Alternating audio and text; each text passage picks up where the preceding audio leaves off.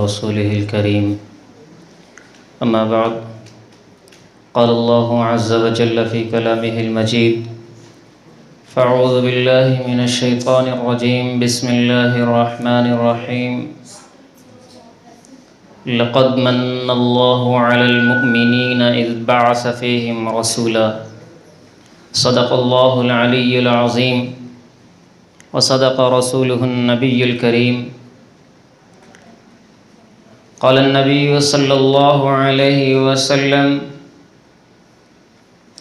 إياكم والبدعة فإن البدعة تهدي إلى المعصية والمعصية في النار أو كما قال عليه الصلاة والتسليم۔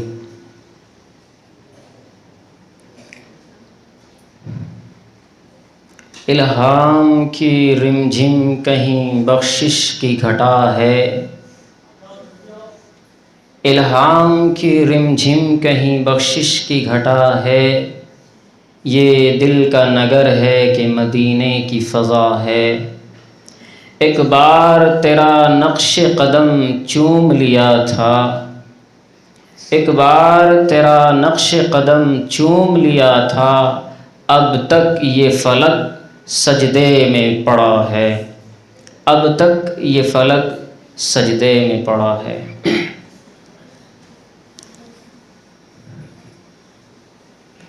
مختصر سی میری زندگانی ہے، جو بھی ہے ان کی مہربانی ہے، جتنے سانسوں نے لیا ہے نام ان کا، جتنے سانسوں نے لیا ہے نام ان کا، بس یہی میری زندگانی ہے۔ مجھ سا عاصی بھی آغوش رحمت میں ہے، مجھ سا عاصی بھی آغوش رحمت میں ہے، یہ تو بندہ نوازی کی حد ہو گئی۔ بڑے ہی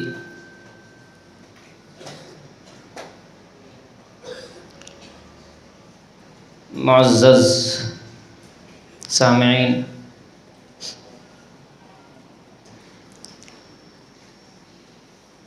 یہ مہینہ جو چل رہا ہے اس کو عربی میں ربیع الاول کہا جاتا ہے۔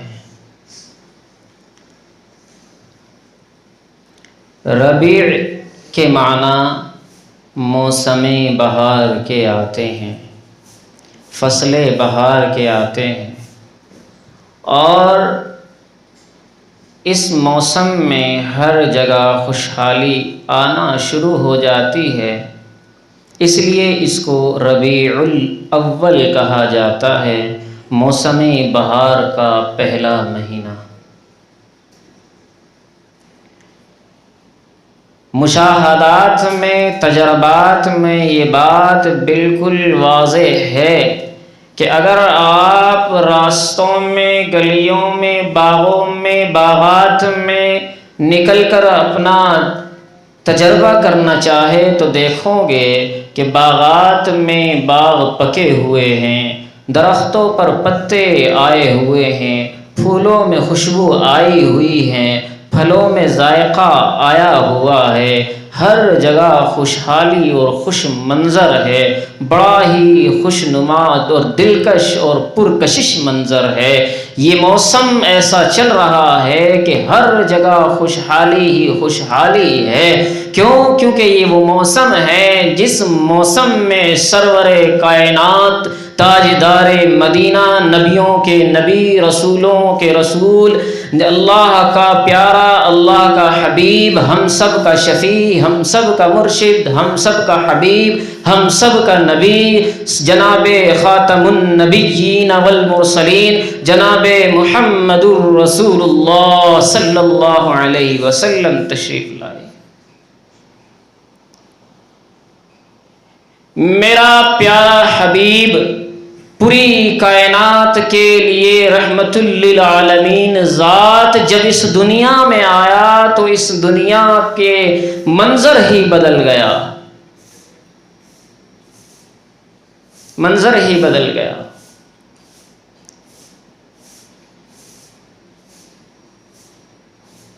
انگریزی تاریخ کے لحاظ سے لکھا جاتا ہے کہ 22 اپریل سن 571 عیسوی دن پیر صبح کے 4:20 پر جناب محمد الرسول اللہ صلی اللہ علیہ وسلم اس دنیا میں تشریف لائے۔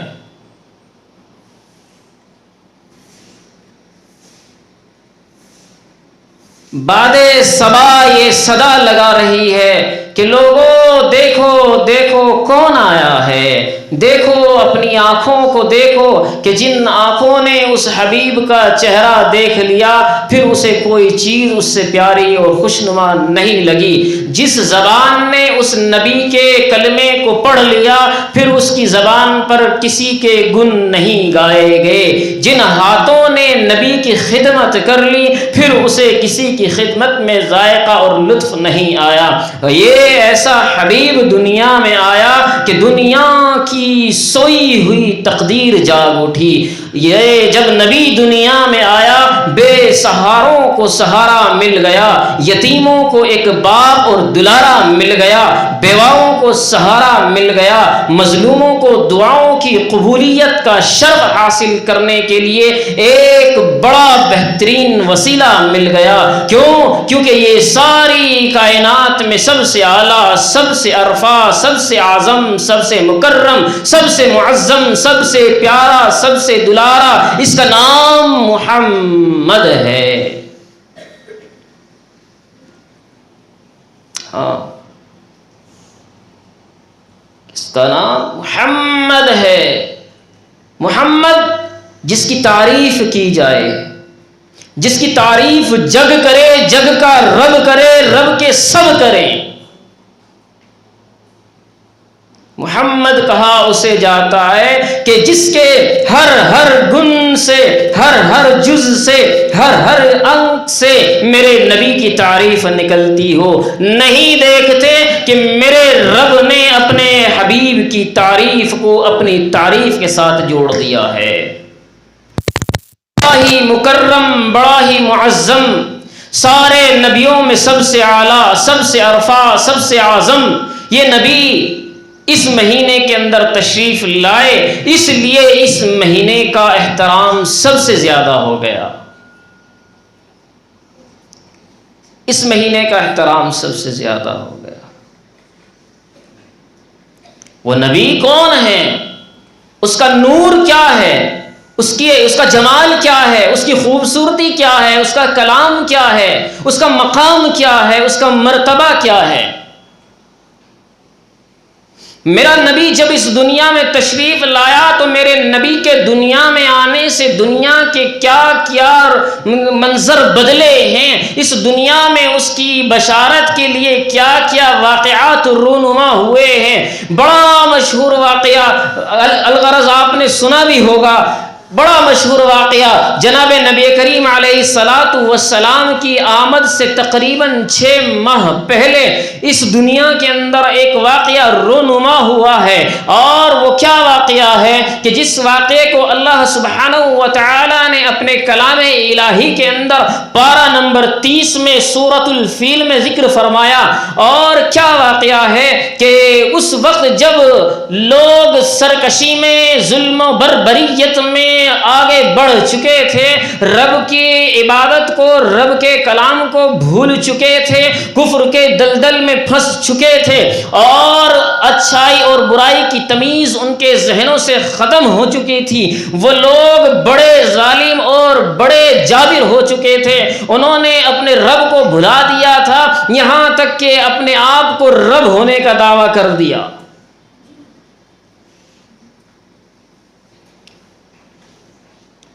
ایسا ہی ایک بادشاہ یمن میں گزرا جس کا نام ابرہہ تھا۔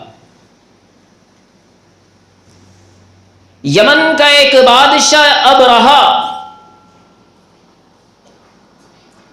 لوگوں نے اس سے کہا کہ یہ سارے انسان طواف کعبہ کے لیے مکہ جاتے ہیں، حج کے لیے مکہ جاتے ہیں، تو تم ایسا کوئی کام ایسا کوئی کارنامہ کرو جس سے ساری مخلوق تمہاری طرف کھنچ جائے۔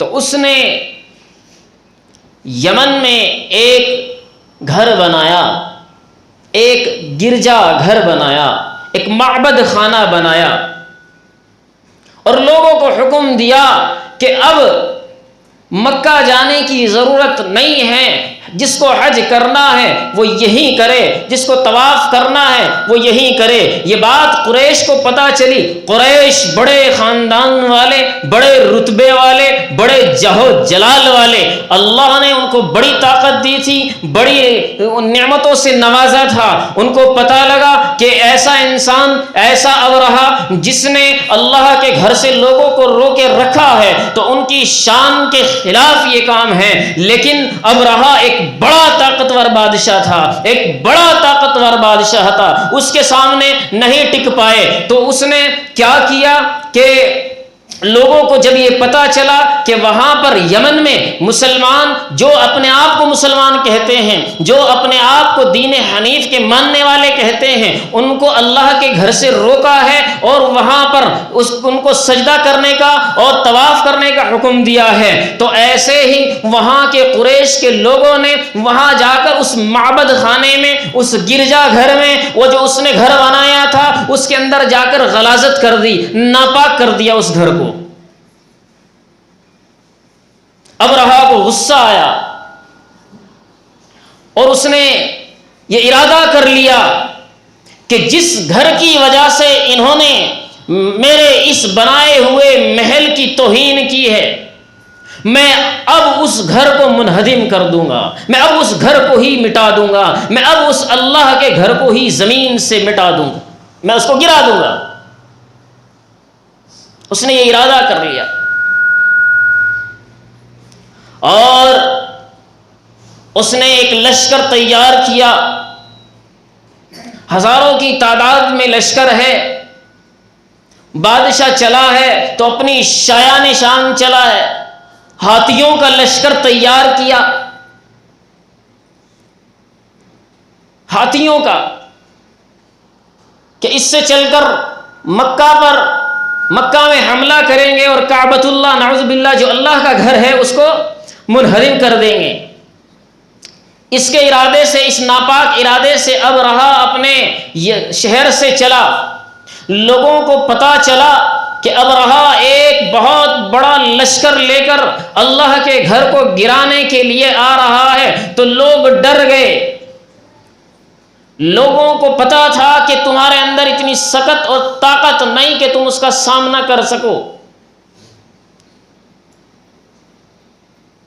اور وہ ظالم، وہ جابر بادشاہ سب سے پہلے وہ آیا تو آ کر اس نے وہاں کے لوگوں کے جو جانور تھے، جو مویشی تھے، ان کو اپنے قبضے میں کر لیا،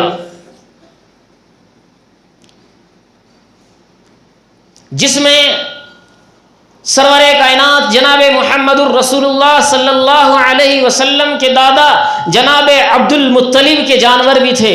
جناب عبد المطلب کے 100 اونٹ اس نے قبضے میں کر لیے، 100 اونٹ اس نے قبضے میں کر لیے، اور شام کا وقت ہو گیا تو اس نے چاہا کہ صبح ہوتے ہی کعبے پر حملہ کر دوں گا۔ حضرت عبد المطلب ابرہہ کے پاس جاتے ہیں تو سامنے جب ابرہہ دیکھتا ہے کہ عبد المطلب جو ہاشمی خاندان سے ہیں، بڑے رتبے والے ہیں، بڑے جاہ و جلال، بڑی عزتوں والے ہیں، یہ خاندان کے اندر بڑے مانے جاتے ہیں، تو شاید یہ مشورہ کرنے کے لیے آئے ہوں، شاید یہ منت و سماجت کرنے کے لیے آئے ہوں، شاید یہ معافی مانگنے کے لیے آئے ہوں۔ ابرہہ نے اپنے دل کے اندر یہ سوچنا شروع کر دیا، اس کے ذہن کے اندر یہ خیال آنے شروع ہوئے کہ اب تجھ سے معافی مانگی جائے گی، تیری شان کو بڑھا دیا جائے گا، تیرے گھر گھر کی عزت کو برقرار کر دیا جائے گا، بحال کر دیا جائے گا۔ چنانچہ جب حضرت عبد المطلب آتے ہیں تو آنے کے بعد کہتے ہیں ابرہہ دیکھو تمہارا اور ہمارا کوئی معاملہ نہیں ہے۔ ابرہہ بھی کہتا ہے کہ ہمارا تم سے کوئی معاملہ نہیں ہے، ہماری تم سے کوئی دشمنی نہیں ہے، ہمارا معاملہ کعبۃ اللہ سے ہے، اللہ کے گھر سے ہے، اس کو ہم گرا کر چلے جائیں گے، معاملہ ختم ہے۔ حضرت عبد المطلب فرماتے ہیں کہ اے ابرہہ مجھے میرے 100 اونٹ جو تجھے قبضے میں ہیں وہ مجھے واپس کر دے۔ ابرہہ حیران ہو جاتا ہے، ابرہہ حیران ہو جاتا ہے کہ یہ کیسا اللہ کا ماننے والا ہے، یہ کیسا اپنے آپ کو کہتا ہے کہ میں دین حنیف کو مانتا ہوں، یہ اللہ کے گھر کے بجائے اپنے اونٹوں کی پرواہ کر رہا ہے۔ اے عبد المطلب تم کیا اللہ کے گھر کو چھوڑ کر اپنے اونٹوں کی طلب میں آئے ہو کہ ہاں مجھے میرے 100 اونٹ چاہیے، میں اپنے اونٹ کا مالک ہوں، میں اپنی ملکیت کا سوال کر رہا ہوں، میں جس چیز کا مالک ہوں میں وہ چیز مانگ رہا ہوں، یہ اونٹ میرے ہیں، میں اس کا مالک ہوں، وہ کعبۃ اللہ میرا نہیں ہے، میں اس کا مالک نہیں ہوں، اس کعبۃ اللہ کا مالک وہ رب ہے، میں اپنے اونٹوں کی طلب میں آیا ہوں، اس گھر کا مالک تجھ سے سوال کرے گا۔ ایمان دیکھے، توکل علی اللہ دیکھے، ایمان کی قوت دیکھے۔ ابرہہ نے حیران ہو کر وہ اونٹ واپس کر دیے۔ جناب عبد المطلب کہتے ہیں لوگوں کو کہ محلہ خالی کر دو، سارے باہر میدان میں آ جاؤ، وادی میں آ جاؤ، دیکھتے ہیں اللہ اپنے گھر کی کیسے حفاظت کرتا ہے۔ وہ اللہ جو یوں کہتا ہے ان اللہ علی کل شیء قدیر، میں ہر چیز پر قدرت رکھتا ہوں، میں دن کو رات کر دوں، میں رات کے اندھیروں کو اجالوں میں بدل دوں، میں اجالوں کی روشنی کو اندھیروں میں بدل دوں، میں وہ ہوں جو مردوں سے زندے کو نکال دوں، میں وہ ہوں جو زندوں سے زندگی کو نکال کر مردہ کر دوں، میری طاقت ان اللہ علی کل شیء قدیر، میں پہاڑ سے زندہ اونٹ نکال دوں، میں پہاڑ کے اندر زندہ جانور کو نکال دوں، میری طاقت بڑی طاقت ہے، میں رب ہوں، الامر للہ الحکم للہ، میں وہ رب ہوں جس کا حکم زمین کی تہ میں رہنے والے ہر چرند پرند درند ہر مخلوق پر چلتا ہے، میں وہ رب ہوں، میرا راج عرش الہی کے فرشتوں پر چلتا ہے، میں وہ رب ہوں، میرا حکم جنت کے فرشتوں پر چلتا ہے، میں ایسا رب ہوں جس کا حکم علیہ 19 جہنم کے فرشتوں پر چلتا ہے، میں ایسا رب ہوں جب چاہوں تو جو چاہوں وہ کر دوں، کیوں کن فیکون اذا قضا امرا فانما یقول له کن فیکون، میری ذات وہ ہے اگر کہہ دے تو ہو جا، وہ ہو جاتی ہے، ہو جاتی ہے۔ اب صبح میں ابرہہ نے اپنے لشکر کو ترتیب دینا شروع کیا، اپنے لشکر کو ترتیب دیا، ایک سب سے بڑا اونٹ، ایک سب سے بڑا ہاتھی جو سب سے بڑا طاقتور تھا اس کو کمانڈر بنا دیا، انسانوں میں ہوتے ہیں وہاں بھی کمانڈر بنا دیا گیا، اور عجیب بات آپ دیکھیں کتابوں کے اندر اس ہاتھی کا نام بھی لکھا گیا ہے، اور اس ہاتھی کا نام ہے محمود۔ سبحان اللہ، ہاتھی کا نام بھی محمود، اتنا پیارا نام جانوروں کا۔ آج کل ماحول یہ چلا آ رہا ہے کہ مسلمانوں کے نام سنو پتہ نہیں لگتا کہ یہ انسان کے نام ہے کہ جانوروں کے نام ہیں، یہ انسانوں کے نام ہیں کہ کسی اشیاء کے نام ہیں، ایسے ایسے نام رکھتے ہیں۔ اللہ اللہ حفاظت فرمائے کہ سمجھ میں نہیں آتا کہ یہ مسلمانی نام ہیں کہ یہ کون سی زبان کے نام ہیں، ایسے ایسے نام رکھے جاتے ہیں۔ اس ہاتھی کا نام محمود ہے، بڑا ہاتھی ہے، سب سے بڑا طاقتور ہاتھی ہے، اور اسے کمانڈر بنایا گیا اور اس پر سوار ہو کر چل دیتا ہے۔ کہتے ہیں کتاب کے اندر لکھا ہے کہ جب وہ ابرہا اس کو حکم دیتا ہے کہ کعبہ کی سمت میں چل، کعبہ کی طرف چل، کھڑا ہو، اٹھ، نہیں چلتا، نہیں چلتا۔ وہ کہتا ہے اے ابرہا، ابرہا کہتا ہے ہاتھی اے محمود تجھے کیا ہوا ہے، کیوں نہیں چلتا؟ اسے سمت مخالف میں حکم دیتا ہے کہ ادھر چل، وہ ہاتھی اٹھتا ہے اور ادھر چل دیتا ہے۔ پھر اس کو حکم دیتا ہے کہ دائیں جانب چل، وہ دائیں جانب چلتا ہے، پیچھے کی طرف چل، پیچھے کی طرف چل دیتا ہے۔ لیکن جب حکم دیتا ہے کعبہ کی جانب چل تو وہ ہاتھی نہیں جاتا۔ کیوں؟ ہر چیز کے اندر، ہر چیز کے اندر قدرت رکھنے والی ذات اللہ کی ہے۔ آگ کے اندر جلانے کی طاقت اللہ کے حکم سے ہے، پانی کے اندر غرق کرنے کی طاقت اللہ کے حکم سے ہے، چھری کے اندر کاٹنے کی طاقت اللہ کے حکم سے ہے۔ اسی لیے میرے رب نے اس ہاتھی کو حکم دیا اسکت، خاموش ہو جا، ٹھہر جا، اپنی جگہ سے جنبش نہیں کرنا ہے، نہیں ہلنا ہے۔ وہ ہاتھی نہیں ہلتا اور ہاتھی چل دیتے ہیں۔ قرآن کہتا ہے، دیکھو کس انداز میں کہتا ہے، میرا رب فرماتا ہے الم ترى کیف فعل ربک باصحاب الفیل، سمندر کی طرف سے ایک غول کا غول آتا ہے، ایک جھنڈ کا جھنڈ آتا ہے، ایک پوری ٹیم کی ٹیم آتی ہے پرندوں کی، ایک ایسی پرندے، ایک ایسی چڑیا جو چھوٹا سا پرندہ، میرے چھوٹے بچے اس کو ہاتھ میں پکڑ لے تو اس کا دم نکل جائے، اتنا چھوٹا پرندہ، اتنا کمزور پرندہ، وہ اپنے دانتوں میں، اپنی چونچ میں کنکر دبائے ہوئے ہیں، پیروں میں کنکر دبائے ہوئے ہیں، 3 کنکریاں لیے ہوئے ہیں، ایک پیر میں، ایک دوسرے پیر میں، ایک اپنے منہ کے اندر، ہر پرندہ اپنے ساتھ 3 کنکریاں لے کر آیا ہے، اور وہ کنکریاں طیرن ابابیل، وہ جب پرندے آتے ہیں اور سمندر کی طرف سے آتے ہیں اور جب وہ کنکریاں ڈالنا شروع کرتے ہیں وہ ایسے گرتی ہے جیسا کہ فائرنگ ہو رہی ہو، جیسا کہ توپ کے گولے پڑ رہے ہو۔ وہ کنکریاں جس ہاتھی پر لگتی وہ ہاتھی بھی زمین کے اندر دھس جاتا، وہ ہاتھی کا شہسوار بھی زمین کے اندر دھس جاتا۔ یہ میرے رب کی قدرت ہے، یہ میرے رب کی طاقت ہے۔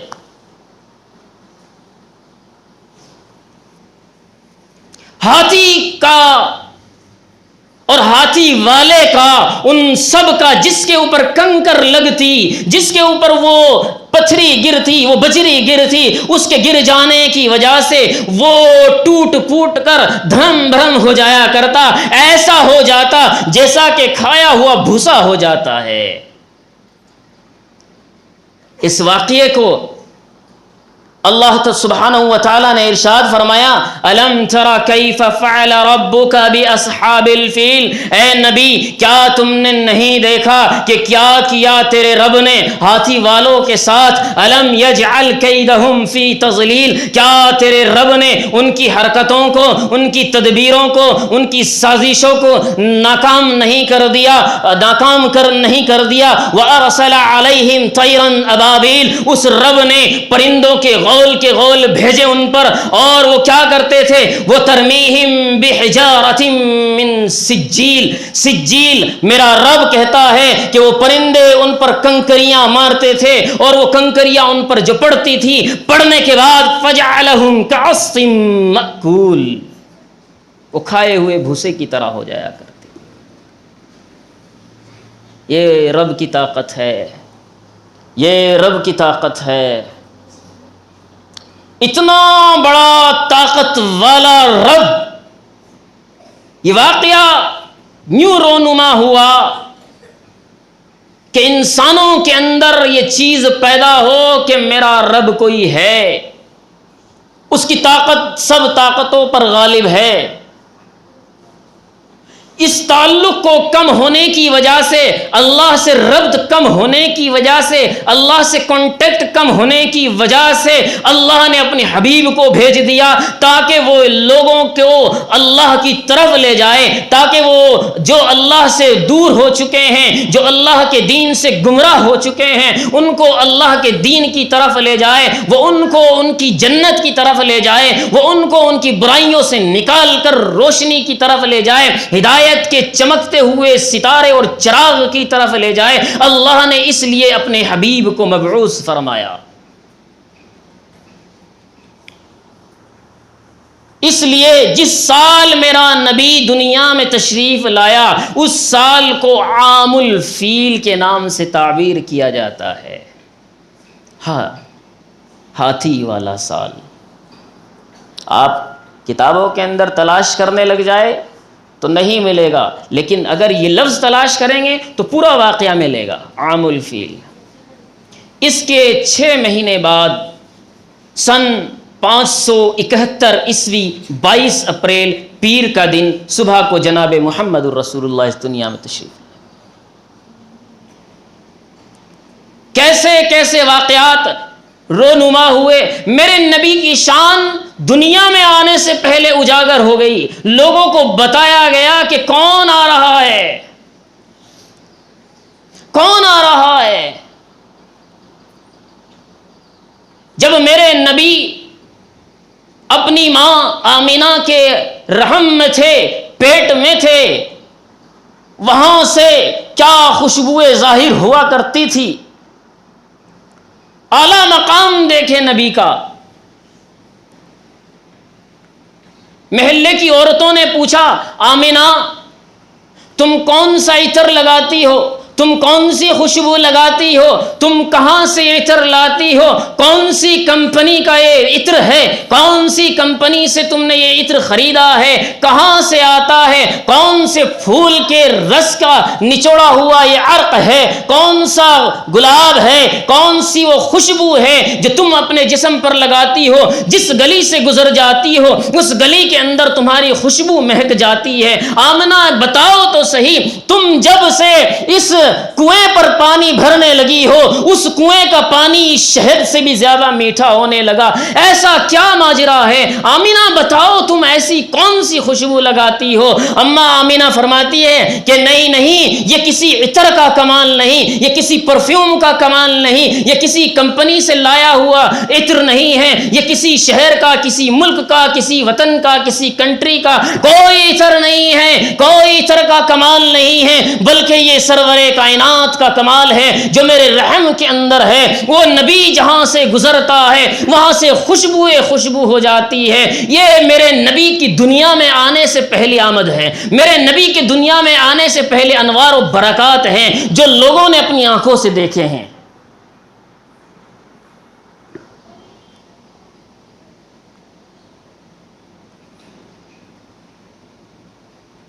بڑا عجیب، ساری کائنات میں سب سے زیادہ محبوب اللہ کو اگر ہے تو وہ میرا حبیب ہے، میرا حبیب ہے۔ یاد رکھو، اللہ سبحانہ و تعالی نے تمہارے جسم کو بنایا تو یہ نہیں کہا کہ میں نے تمہیں اتنا خوبصورت جسم دیا، میرا تم پر احسان ہے۔ اللہ سبحانہ و تعالیٰ نے تمہارے 2 آنکھیں بنائی، آنکھوں کے اندر بصیرت رکھی، دیکھنے کی طاقت رکھی، یہ ایک بہت بڑی نعمت ہے، لیکن اس کے باوجود اللہ رب العزت نے نہیں فرمایا کہ میں نے تم پر احسان کیا، تمہیں خوبصورت ہاتھ دیے، احسان نہیں جتلایا، تمہیں اللہ سبحانہ و تعالیٰ نے چلنے کی طاقت دی، 2 پیر دیے، کوئی احسان نہیں جتلایا۔ اللہ کی بڑی دولت والدین ہیں، ماں باپ تمہیں دیے، اللہ نے کوئی احسان نہیں جتلایا۔ رشتہ دار دیے، بھائی بہن دیے، اولاد دی، یہ ساری نعمتیں ہیں، کوئی احسان نہیں جتلایا۔ اللہ سبحانہ و تعالی نے اتنی بڑی زمین بنائی، کوئی احسان نہیں جتلایا. اس زمین پر بڑے بڑے پہاڑ لگائے، کوئی احسان نہیں جتلایا. پھل میوہ پھول ہر چیز اس زمین پر لگائی ہے، کوئی احسان نہیں جتلایا. بہت بڑی لا محدود جنت بنائی، کوئی احسان نہیں جتلایا. جنت کے اندر پھل میوہ جات چیزیں بنائی، کوئی احسان نہیں جتلایا. حوریں بنائی، کوئی احسان نہیں جتلایا. اللہ سبحانہ و تعالیٰ نے تا حد نظر بلکہ نظروں سے دور وسیع و دراز بڑا آسمان بنایا، کوئی احسان نہیں جتلایا کہ لوگوں میں نے اتنا بڑا آسمان بنایا ہے، میں نے نیلے رنگ کا آسمان بنایا ہے، بغیر ستون کے آسمان بنایا ہے، میرا احسان ہے. نہیں، اللہ سبحانہ و تعالیٰ نے ایک آسمان نہیں 7 آسمان ایسے ایسے بنائے، پھر بھی کوئی احسان نہیں جتلایا. اتنی ساری نعمتیں دی، اتنی ساری دولتیں دی، اتنی ساری ثروتوں کا مالک بنایا، اللہ نے کوئی احسان نہیں جتلایا. اللہ سبحانہ و تعالیٰ نے اعمال اچھے کرنے پر جنت کا وعدہ کیا، کوئی احسان نہیں جتلایا. اللہ سبحانہ و تعالیٰ نے انسان کو خوبصورت زندگی اور خوبصورت یہ چہرہ جسم و جثہ دے کر کوئی احسان نہیں جتلایا. اللہ نے یہاں تک کہ تورات دی، کوئی احسان نہیں جتلایا. زبور دی، کوئی احسان نہیں جتلایا. انجیل دی، کوئی احسان نہیں جتلایا. صحف ابراہیم دیا، کوئی احسان نہیں جتلایا. صحف موسیٰ دیا، کوئی احسان نہیں جتلایا. صحف نوح اللہ سبحانہ و تعالیٰ نے عطا کیا، اس کے باوجود کوئی احسان نہیں جتلایا. اللہ سبحانہ و تعالیٰ نے سب سے پاکیزہ مقدس کلام اپنا قرآن مجید نازل کیا، تب بھی یہ نہیں کہا کہ میں نے تم پر احسان کیا. لیکن سنو میرا رب کہتا ہے لقد من اللہ علی المؤمنین اذ بعث فیہم رسولا. لوگوں سنو، میرے خزانوں میں جو میرا خزانہ لا ریب ہے، میرا خزانہ لا محدود ہے، کبھی ختم نہیں ہو سکتا، کبھی کمی نہیں آ سکتی، کبھی نقص نہیں آ سکتا.